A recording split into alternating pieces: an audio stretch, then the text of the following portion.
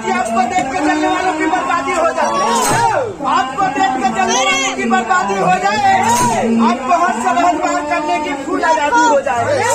आपके दोस्त लोग तो रब से यही दुआ करते हैं, या मम्मी पापा तो रब से यही दुआ करते हैं कि आपकी भी जल्द से जल्द शादी हो जाए।